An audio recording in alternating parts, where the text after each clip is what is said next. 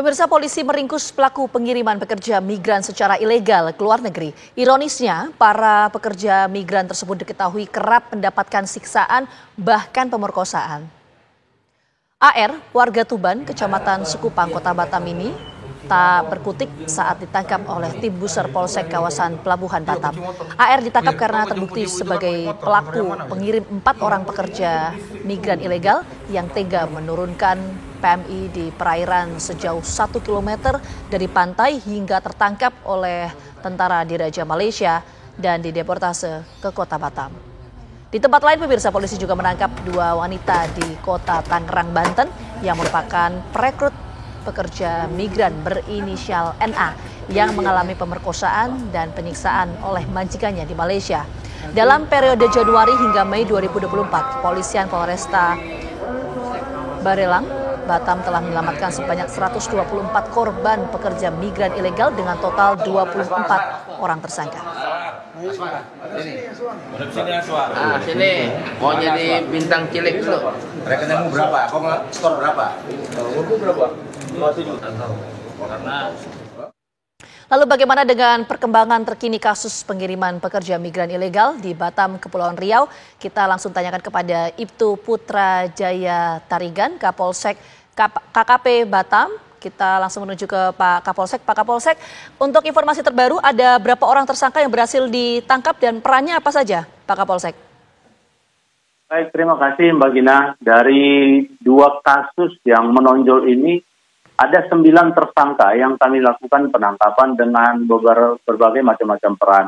Mulai dari perekrut, kemudian yang mengurus paspor, yang memberangkatkan melalui dari Jakarta ke Batam, kemudian berangkatkan ke Malaysia.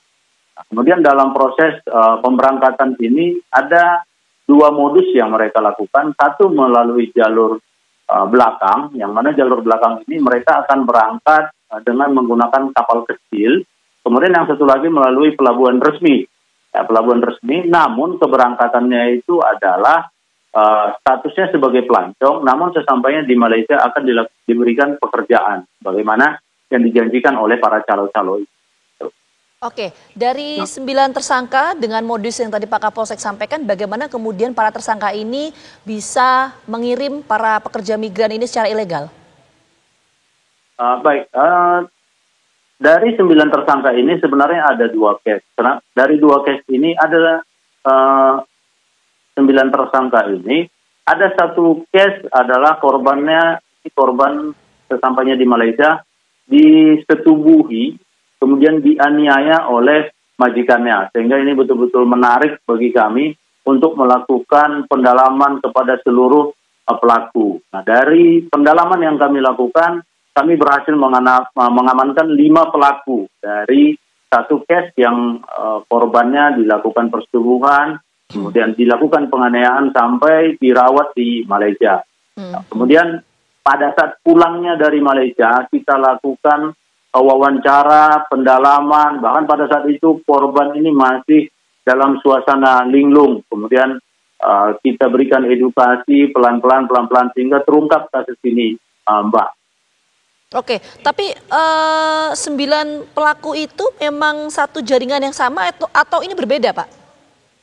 Berbeda. Jadi 9 pelaku ini seperti yang kami sampaikan tadi kan itu ada 2 case. Satu lagi itu masuk melalui jalur belakang. Jalur belakang ini adalah istilah yang digunakan oleh pelaku pemain PMI. Jadi dia berangkatnya ke luar negeri itu dengan menggunakan kapal kecil. Nah, kapal kecil.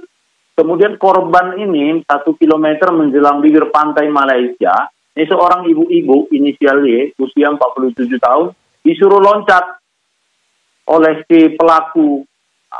Pada saat itu untungnya si korban ini ada membawa tas seperti travel bag gitu, Mbak. Sehingga itu yang dia gunakan alat bantu untuk berenang ke bibir pantai Malaysia. Sehingga lebih kurang berenangnya 1,5 kilo. Dia berjalan kaki, akhirnya ditangkap oleh tentara Malaysia karena memasuki wilayah Malaysia itu tanpa izin.